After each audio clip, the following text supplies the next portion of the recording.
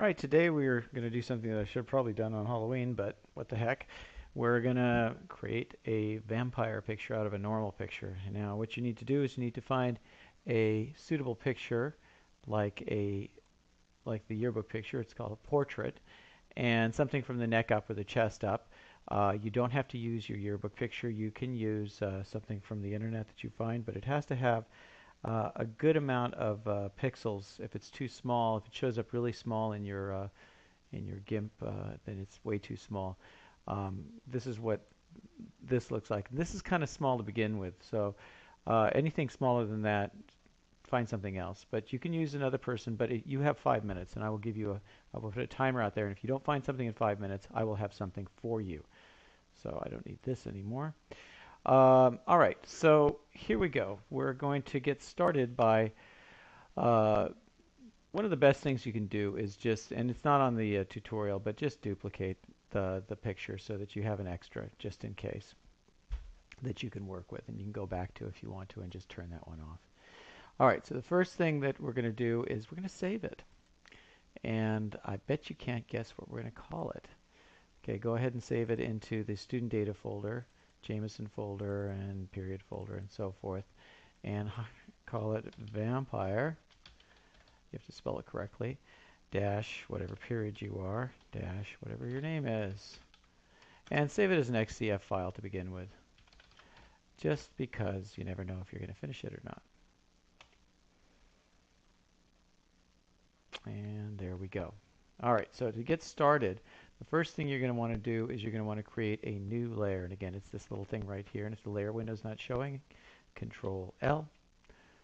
And create a new layer. It's this little one right down here in the corner. Click on it. And we're going to call this layer, and you need to name the layers now because we're going to have a lot of layers. So we're going to call this one skin.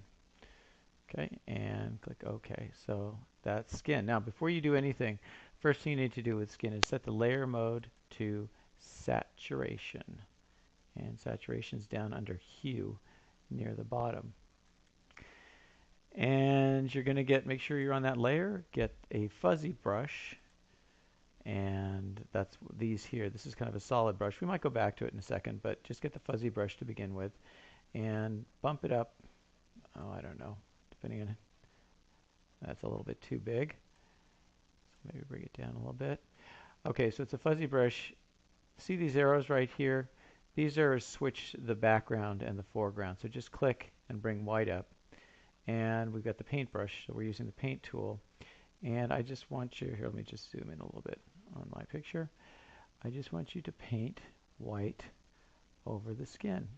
And if you accidentally go a little too far one way or the other, you can just use the eraser tool to go back and clean it up and just go over the whole thing. There we go. Get into my roots right here. And what I would suggest you do is just do the edges with a fuzzy brush, because when you try to paint in the middle with a fuzzy brush, it's not. See, I've overshot the edges there. So if I just go here with the eraser tool and I turn the eraser, I'm going to turn the eraser to a hard brush because it just works better that way. Remember, if you hold down the Shift key, you can kind of go along the edges like that.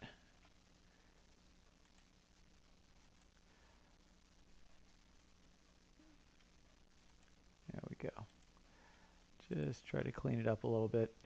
Okay, and I'm going to use the hard brush for the interior just to get it going. All right, the cool thing about this is I don't have my hands showing, so I don't have to worry about anything else. I don't have shoulder straps, so I don't have to work around those. And so in this case, it's pretty quick and easy.